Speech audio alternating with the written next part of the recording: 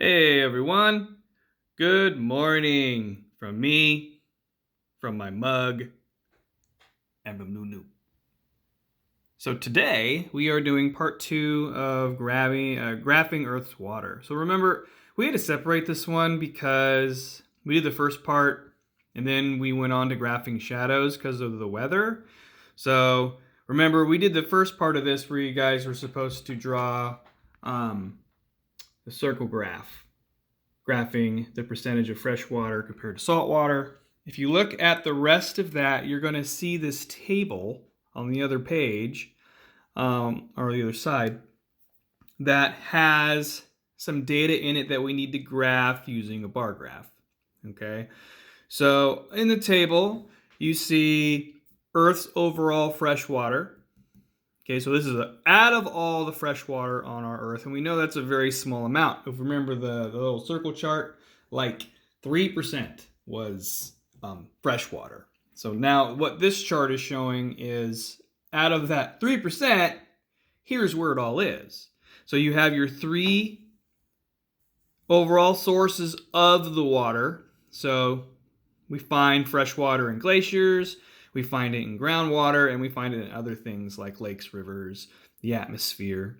Okay, and then over in the other column, it shows the percentage of how much of our fresh water is in there. So as you can see, a large chunk of our fresh water is located in Earth's glaciers, which is pretty neat. Okay, so we need to take this data and we need to put it into a bar graph. All right, so I'm gonna show you guys what I did, and you guys can draw the bar graph that I made. So basically what we're gonna be doing is taking this written data here and putting it into something visual. All right, so here's mine. Okay, so this is a bar graph. It's different than a circle graph because it has, bars. And we use these bars to kind of show, you can look at these numbers and go, well, I know that this number is bigger than this number, right? But on a bar graph, you can physically see that this bar is longer than this bar. All right, so let's see how to make this thing. So I titled my page 4.1a, Graphing Earth's Water. So this would be part 2. Okay, you need to draw a big old L. Okay, so this is similar to your line graph. You have your x-axis and you have your y-axis.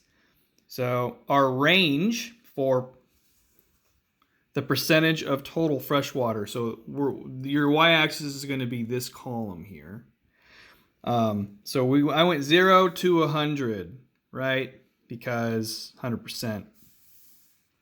And as you can see, I just used the lines of my notebook paper to separate these. So boom, boom, boom, boom, and I went up 10 times because we're going to count by tens for this. 10, 20, 30, 40, 50, 60, and all the way up to 100%.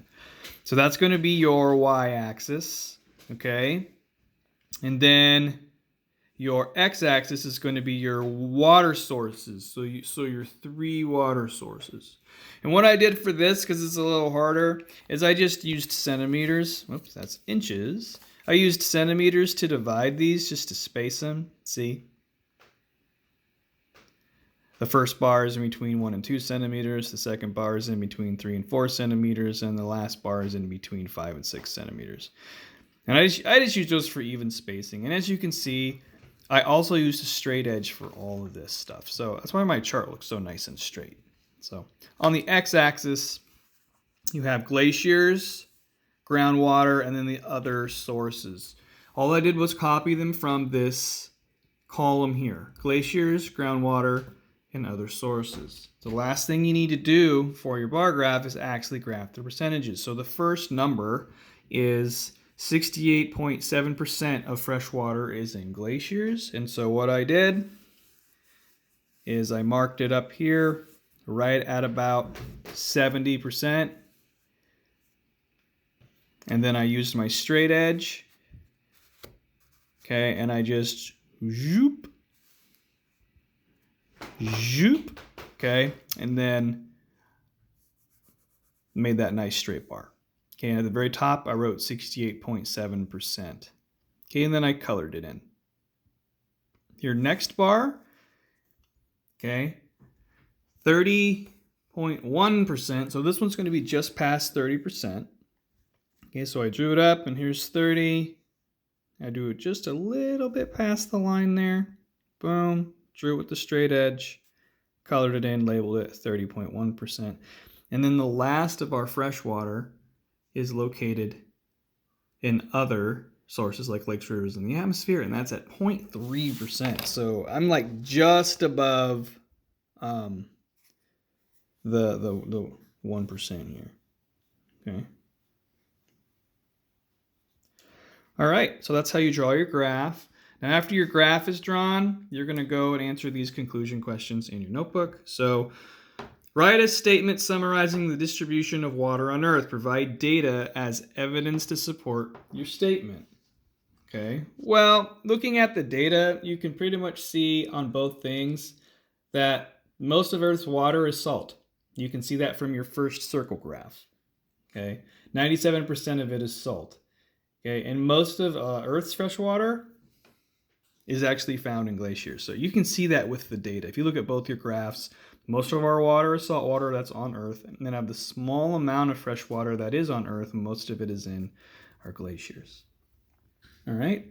Number 2, what was the most difficult part of this activity? Explain your answer. So this is kind of a you question. Out of everything we did, you drew the circle graph, we drew the bar graph. Were they difficult to draw? What about them was difficult? Okay, was it difficult to look at the information and try to put it into a graph? What about that was difficult? Was there anything challenging in this activity for you? And then last, write 2 questions you have about Earth's water. All right, so these are, once again, this is like a you thing. What do you guys have questions about the water? Were you did you think that more water was in our lakes, rivers, in the atmosphere? Did you know that most of our water is salt water? Are you curious to know why that is? So things like that. Okay, what else do we use graphs for? Anything you can think of. A couple questions, all right? All right, guys, I will be in Google Meets today from 1 to 2 o'clock.